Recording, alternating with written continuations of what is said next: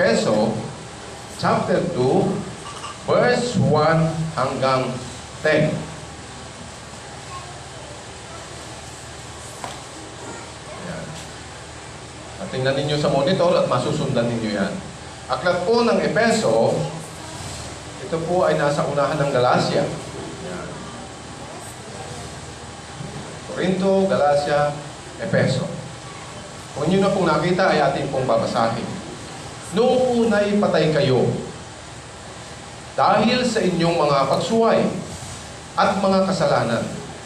Sinusunod ninyo noon ang masasamang takbo ng mundong ito at napailalim kayo sa pinuno ng mga kapangyarihan sa himpapawid, ang espiritong naghahari sa mga taong ayaw pasakop sa Diyos. Ang totoo, tayong lahat ay dati rin namumuhay ayon sa pagnanasa ng ating laman at sumusunod sa mga hilig ng katawan at pag-iisip. Kaya sa ating likas na kalagayan, kabilang tayo sa mga taong kinapupuutan ng Diyos. Subalit, napakasagana ng habag ng Diyos at napakadakila ng pag-ibig niya sa atin. Verse 5, tayo'y binuhay niyang kasama ni Kristo noong tayo'y mga patay pa dahil sa ating pagsuway. Naligtas nga kayo dahil sa kanyang kagandahang loob. Verse 6, dahil sa ating pakikipag-isa kay Kristo Jesus, tayo'y muling binuhay na kasama niya upang mamunong kasama niya sa kalangitan. Ginawa niya ito upang sa darating na mga panahon ay maipakita niya ang di masukat na kasaganaan ng kanyang kagandahang loob sa kabutihan niya sa atin sa pamamagitan ni Kristo Jesus.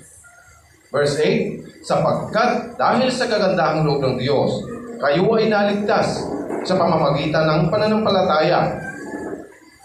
At ito'y kaloob ng Diyos at hindi mula sa inyong sarili.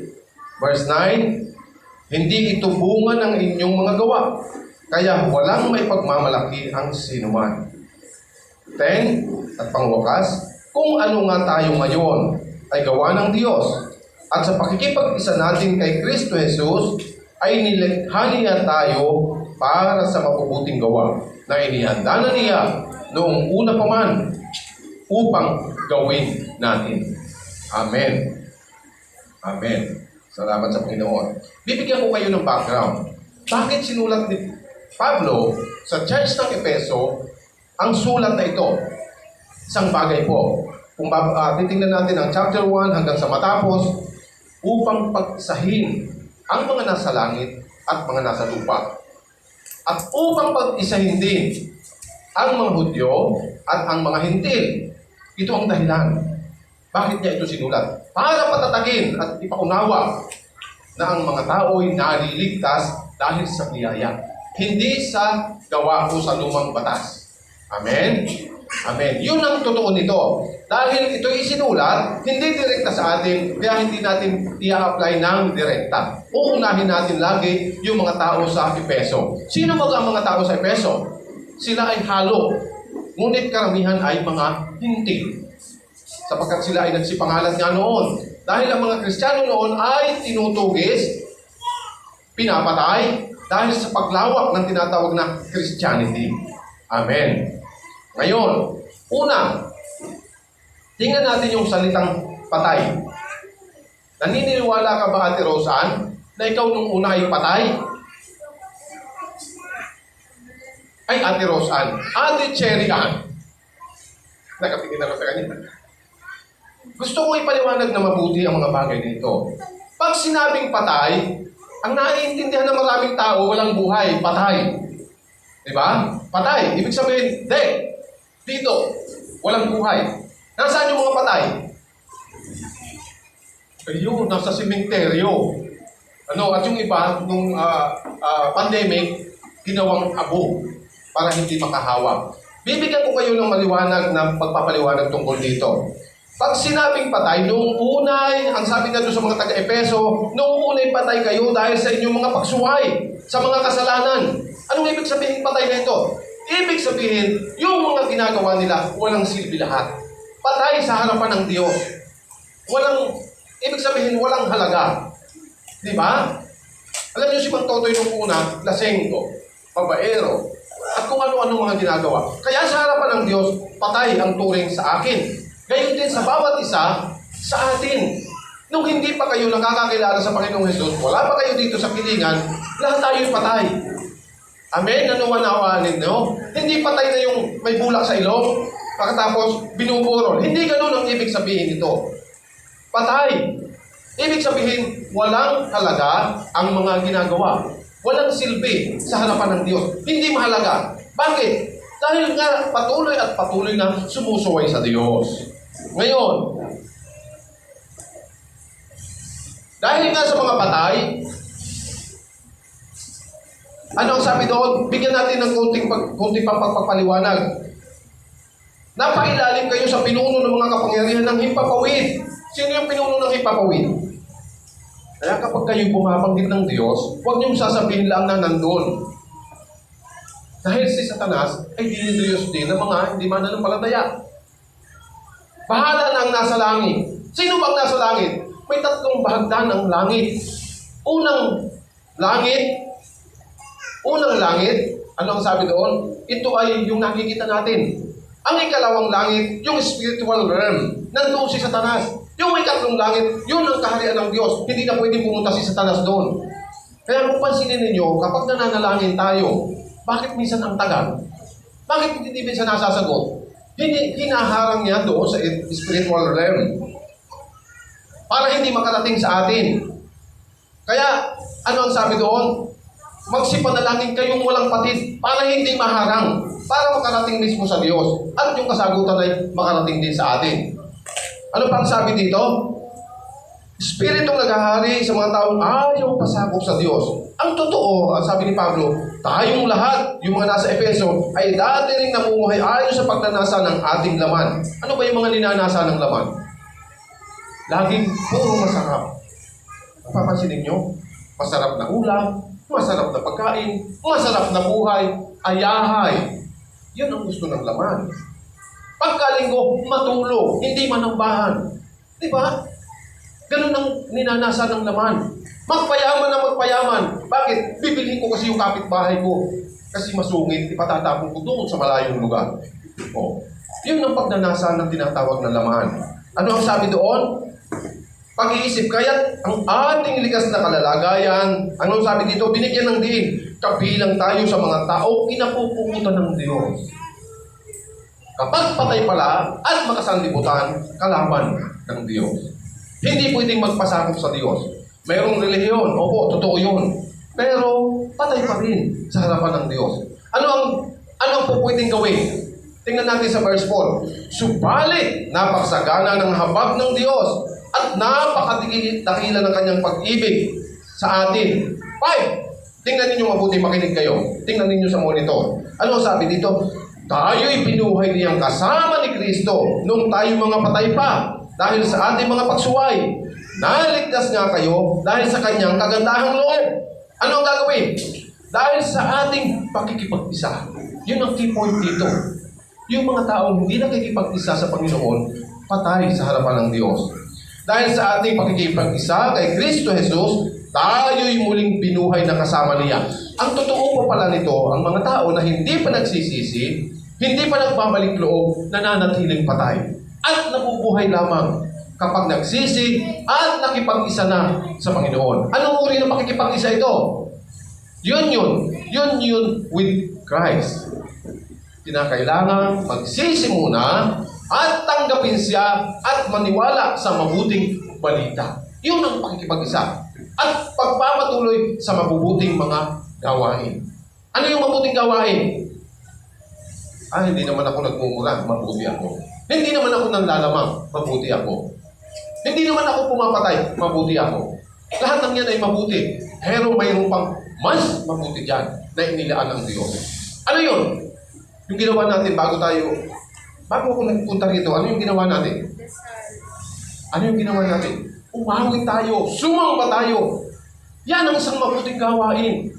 Magbigay ng kalukuran sa ating Diyos. Opo, yung mga moral values sa tinatawag, magkami sa magulang, sumunod sa mga utos, ano na po yan? Carry it on. Ang pinakamahalaga, makipag-isa muna ang isang tao kay Kristo Jesus para mabuhay at pagkaroon ng halaga ang lahat ng kanyang gagawin. Amen? Amen.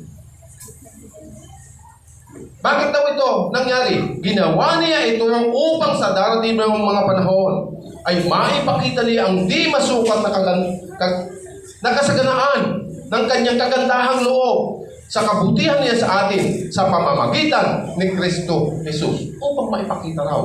Alam niyo po kung paano tayo, di ba, Ate Ann, di ba kaya pinag-aaral mo ang iyong anak para maging maganda yung kinabukasan niya? Ate Jasler, di ba? Para maging maganda yung kinabukasan niya. Para dadating araw, hindi mo nakikitang naghihirap. Kung paano iniisip natin yan sa ating mga anak, mas lalong higit ang iniisip ng Diyos para sa atin. Ang gusto ng Diyos, mabuhay tayo ng payapa. Ang gusto ng Diyos, maging daluyan tayo ng biyaya. Ang gusto ng Diyos, maging kasakapan tayo sa pagpapalaganap ng kanyang kingdom. Paano ito mangyayari?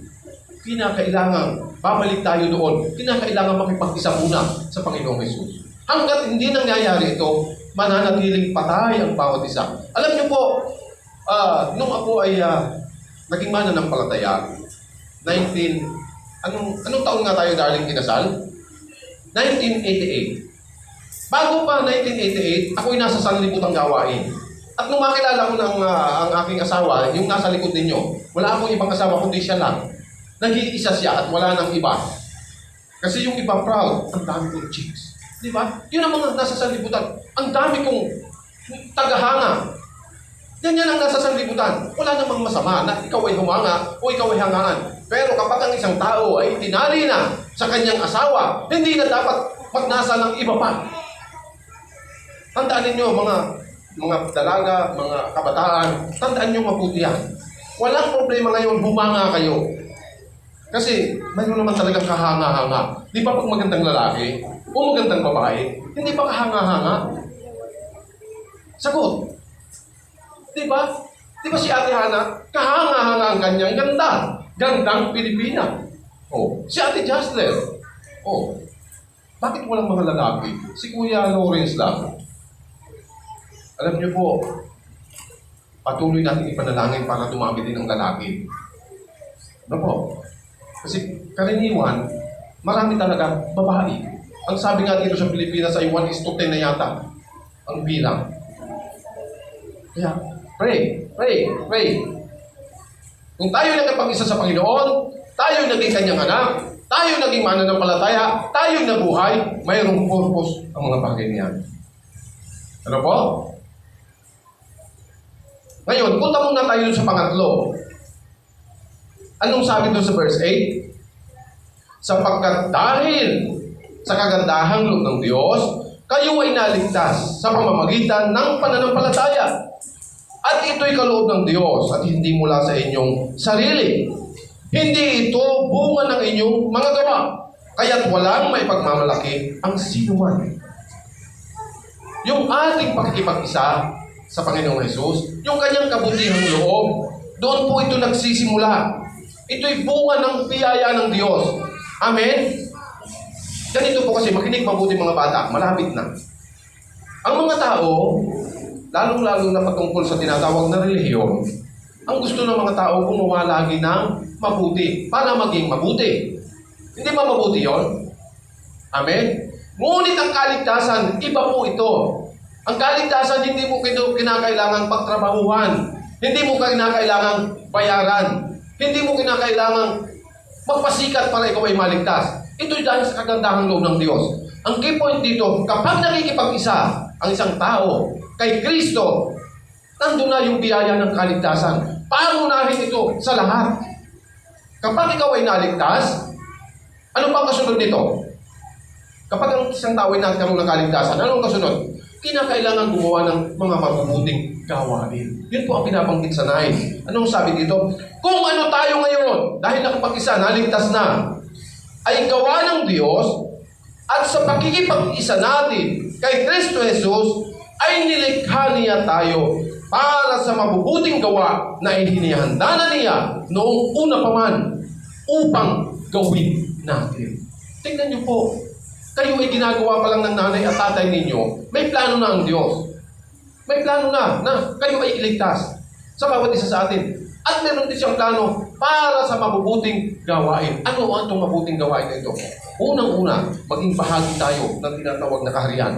At kapag ikaw ay bahagi ng kaharian, ano ang gagawin mo? Siyempre, magpapalawak tayo ng kingdom. Ano ito? Ipapangaral natin ang ebanghelyo ng kaligtasan, ang mabuting balita. Amen? Naunawaan natin? Alam niyo po, itong itinuturo kong ito ay basic. Babalik at babalik tayo sa basic. Bakit? Para lalo nating maunawaan yung purpose ng buhay natin. Na tayo pala, noong una, ay mga patay. Ngunit nung nakipag-isa kay Kristo Jesus, nagkaroon tayo ng tinatawag na buhay. Nagkaroon ng halaga yung buhay natin. Naging mahalaga sa paningin ng Diyos. Minsan sa tao, hindi mahalaga ito. Ano ang sabi nila? Noon kasama ko yan. Ngayon ayaw nang sumama sa akin. Bakit? Iba kasi ang gawain ng makasanlibutan. Hindi ba? Hindi nyo napapansin? Ako noon pag-araw ng linggo, bibili na ako ng 1 kilong pork chop. Pagkatapos kong bumili ng 1 kilong pork chop, ibabarbecue ko, bibili kasunod, beer. Bakit? Kasi nga, bakasyon ako eh. Kailangan kong magpahinga. Pagkatapos kong uminom, magpapahinga na ako. Wala sa isip ko na manambahan. Bakit? Makasanlibutan kasi ako. Kaaway ako ng Diyos. Kapag may nananalangin sa amin, parang sa akin ay parang wala lang. Ngunit mahalaga pala yun. Na sa bawat pagising mo, mga bata, bawat pagising, huwag niyong kalimutan mag-thank you, Lord. Si Amara, lagi namin niya tinuturuan. Amara, did you think, nagpasalamat ka na ba sa Panginoon? Kasi English speaking yung anak ko, ay yung apo ko, minsan ang hirap pa, medyo mahirap kausapin. Kasi parang mas magaling pa siya sa amin. Ito kasi si Hana, tinuruan. At hindi lang sa pagtulungan ng dalawang magtita, laging nanonood ng English. Mga bata, gusto niyong gumaling, manood kayo ng o magbasa, manood ng English. Very easy. Bakit yun si Amara, 3 years old, nag-i-English na. Parang nga siyang high school na eh. Di ba? Kaya nakakatuwa. Minsan, yung mga ganitong bagay, ipagpasalamat natin sa Diyos. Amen? Ngayon, kung hindi naman marunong, unti-unti, matututo rin tayo. Kasi si Mang Totoy, hanggang sa panahon na ito, mahina pa rin mag-English. Kaya minsan, umipick up lang ako ng madali. Kasi baka magkabulol-bulol, mawala pa sa tinatawag na, ano ang tawag doon, Hana? Grammar. Importante ang grammar. Amen? Ano yung grammar na sinasabi? Yung tamang pagsasalita at paggamit ng mga salitang English. Kasi, alam nyo kami noon, mga English parok kami. Kasi ang kausap naman namin, Arabo. Kaya walang problema sa amin. Balik-baliktad yung English mo, walang problema. Kasi yung kausap mo, hindi naman marunong. Pero kapag marunong, mapapansin ka, huwag ka na lang mag-English. Yung English mo, hindi ko maintindihan. Amen. Ba't tayo napunta ron? Kasi si Amara, lagi namin tinutuwag magpasalamat. Isang mabuting bagay, mga bata. Laging magpasalamat sa Diyos. Bakit? Pagising sa umaga, pag ikaw ay malakas, kung ikaw man ay may karamdaman, dapat laging magpapasalamat. Isang mabuting bagay ang magpasalamat lagi sa atin. Diyos na buhay. Amen? Amen. Palakpak tayo sa Panginoon. Ngayon, i-apply natin ang mga bagay na ito. Paano natin ito i-apply? Binabanggit ito ni Pablo sa mag-charge ng Efeso. Paano natin ito gagawin dito? Alam ko naman nakipag-isa na ang lahat. Hindi nyo napapansin kapag nagtuturo ako dito. Lagi akong nagpapatanggap. Lalo na kung may bago. Bakit kinakailangan magpatanggap? Yun lamang po ang susi para makipag-isa kay Kristo. Matapos may pangalan ng mabuting balita, kinakailangan niyang tanggapin. Ako'y naniniwala na lahat kayo ay tumanggap na, kaya hindi na ako magpapatanggap. I-apply na lang natin. Naunawaan natin na sa ating pakikipag-isa, binuhay tayo. At kalagip nito, gawin natin ang lahat ng mabubuting gawain na nais ng Panginoong Hesus. I-apply natin sa ating mga sarili. Amen? Hindi man kayo magaling magturo, hindi man kayo magaling mangaral, ipakita lang ninyo sa inyong mga pag-uugali, sa inyong araw-araw na pamumuhay, na kayo ay nabubuhay sa pag-ibig ni Jesus. Sapat na. Sapat na ang lahat. Makikita nila ang kabutihan ng Diyos. Amen? Amen. Mga bata. Mga bata. Amen? Amen. Amen. Ayun. I-apply natin yung lahat ng ating pinag-aaralan. Alam niyo po, iisa lang ang layunin ng Diyos. mapalawak ang Kilingan Mission Church at marami pa ang maligtas sa buong Lower Kilingan hanggang sa upper, hanggang sa dulo ng kung saan natin mararating. Amen? Okay ba sa Panginoon niya? Okay ba sa inyo? Nag-agree ba kayo na maging kasangkapan ng pagpapalawak ng kanyang kingdom? Amen? Amen. Sa Diyos niyo sinabi yan, hindi sa akin. Tayo pong lahat ay yumuko at manalangin. Dakilang Diyos, kami po'y nagpapasalamat na isinulat ni Pablo ang mga talatang ito ng Ephesians sa Book of Ephesians 1 to 10 na kung saan ang pakikipag-isa sa Panginoong Hesus ay paraan upang kami ay magkaroon ng buhay sapagkat ang mga taong hindi napasasakop ay nananatiling patay at kaaway ng Diyos. At kami naririto, Panginoon, tinanong ko sila na kung sila ay nag-a-agree sa pagpapalawak ng iyong kaharian. Ang sabi nila po Diyos ay oo. Sa iyo sila nag-oo at hindi sa amin. Kaya nga dakilang Diyos, lingapin mo ang bawat isa sa amin. Pagpalain mo ang bawat isa. Yung mga nagdaranas ng mga pagsubok, suliranin. Kataktuin mo po. Lalong-lalo na si Samuel sa kanyang pagpapagaling. Dalangin namin na bumilis ang pagkagaling ng kanyang puso, O Diyos. At muli ay makapiling namin, maging si Reverend Han, pagpalain mo po. Maging ang kapatid namin si Julia at ang kanyang baby, si David. Ingatan mo ang buong pamilyang ito na mga nagmimisyon na dahil sa kanila, O Diyos, ay ginamit mong kasangkapan upang maitayo ang Kilingan Mission Church. Salamat ng marami, pagpalain mo ang mga batang ito, ang bawat isa sa amin, na patuloy at magpatuloy at magpatuloy at magpatuloy kami sa paglilingkod sa iyo ng walang pag-aalinlangan. Ilang Diyos, sa iyo lamang po ang papuri, sa iyo lamang ang pasasalamat sa pangalan ng Panginoong Hesus. Amen and amen. Palakpakan natin ang Panginoon.